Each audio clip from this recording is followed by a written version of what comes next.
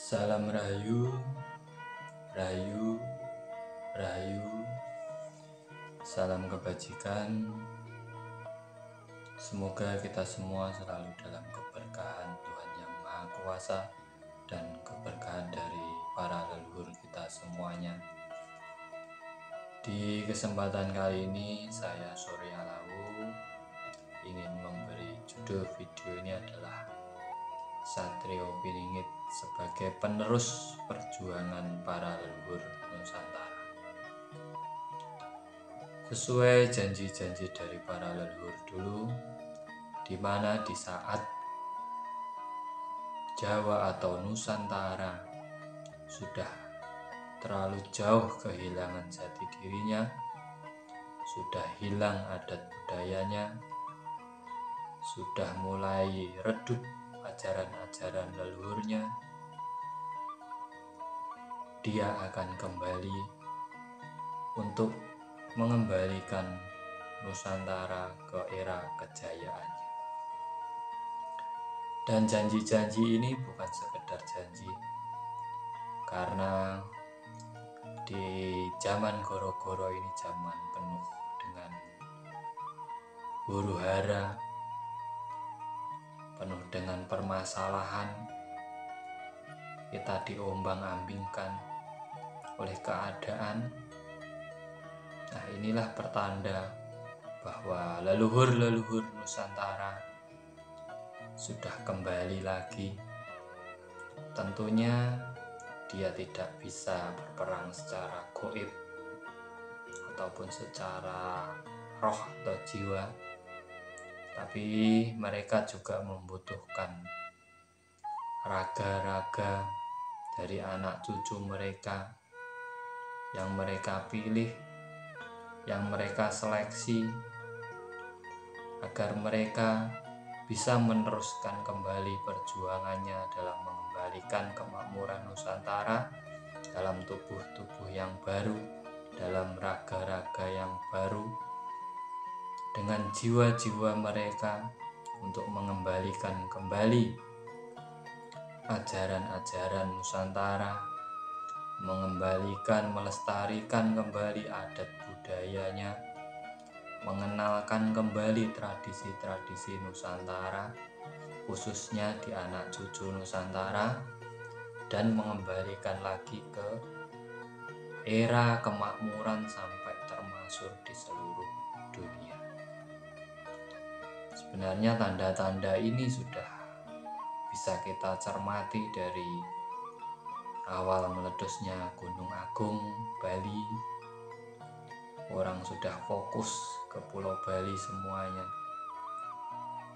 Di situ adat budaya kita masih terjaga. Di situ kita meledusnya Gunung Semeru. Di situ juga ada fenomena yang luar biasa sampai viral, yaitu menendang sesajen. Sebenarnya leluhur itu mengingatkan dia ada 1000 cara untuk mengingatkan anak cucunya, untuk membangkitkan satria-satria Piningit. Habis itu ada penerang hujan di Mandalika. Itu sebenarnya dia mengasih tahu kepada anak cucunya tentang keilmuan leluhur Nusantara yang dari dulu sudah ada untuk dimunculkan kembali. Bahkan negara lain mengaku terkejut, padahal itu sudah menjadi kebiasaan di Nusantara ini. Dari sinilah leluhur menanamkan jiwa-jiwanya kembali ke anak cucunya untuk bangkit, untuk bangun dari keterpurukan, untuk berjuang kembali, menjadikan Nusantara mercusuar dunia lagi, menjadikan Nusantara menjadi titik tumpuan dari seluruh negara, menjadikan Nusantara menjadi panutan lagi seperti era dahulu yang penuh dengan kemakmuran, penuh dengan kekayaan alam, penuh dengan tradisi, penuh dengan budaya, penuh dengan keilmuan-keilmuan yang sudah diciptakan oleh para leluhur kita dulu. Memang sekarang kita, anak cucunya, para satria-satria Nusantara ini sudah sedikit banyak melupakan ajaran-ajaran leluhurnya karena sudah terbawa oleh era, oleh zaman modern. Akhirnya melupakan adat budaya sendiri, justru lebih menyukai budaya-budaya orang lain karena biar dilihat modern. Dan sebenarnya seluruh kebudayaan di dunia ini dulu pusatnya ada di Nusantara. Seluruh keilmuan juga pusatnya di Nusantara. Bahkan teknologi itu sebenarnya asalnya dari Nusantara.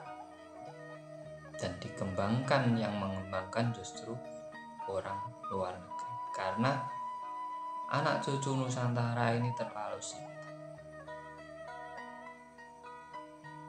terlalu menyukai negara lain, adat budaya lain, teknologi lain,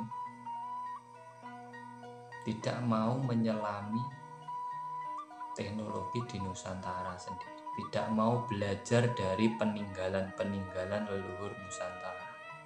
Bagaimana leluhur dulu bisa membuat sesuatu yang bangsa lain tidak bisa membuatnya.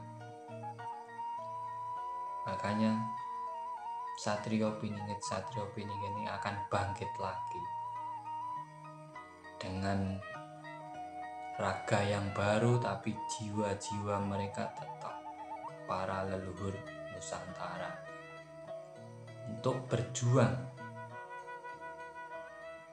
karena leluhur sudah memperhatikan kita lama, semakin jauh, semakin meninggalkan ajaran-ajaran mereka.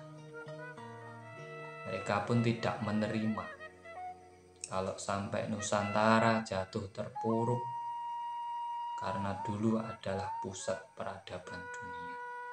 Karena itu mereka bangkit, mencari wadah-wadah baru untuk berjuang, menjadikan mercusuar dunia di Nusantara.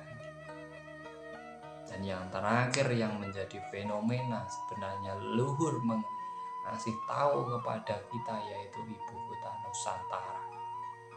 Kenapa ibu kota dikasih Nusantara? Padahal kalau Nusantara itu adalah seluruh dunia. Berarti mereka memang mengirim pesan kepada kita bahwa dulu pusat titik tumpu segala adat budaya, peradaban, ilmu, ekonomi itu ada di Nusantara ini. Makanya dilahirkan kembali Satrio Piningit ini. Dan akan dilahirkan lagi sesosok Ratu Adil yang akan menjadi contoh, yang akan menjadi imam bagi negara-negara lain. Sehingga mereka akan kembali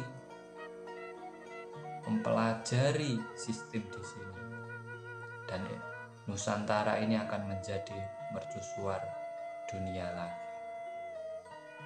Mari kita pahami, mari kita telaah, mari kita sadari, dan mari kita kembali ke ajaran-ajaran leluhur kembali untuk menghidupkan jiwa-jiwa leluhur terdahulu, agar Nusantara kembali gemah ripah loh jinawi toto titi tentrem, seperti cita-cita para leluhur kita dulu. Dari saya Surya Lawu, terima kasih. Salam Rahayu, Rahayu, Rahayu.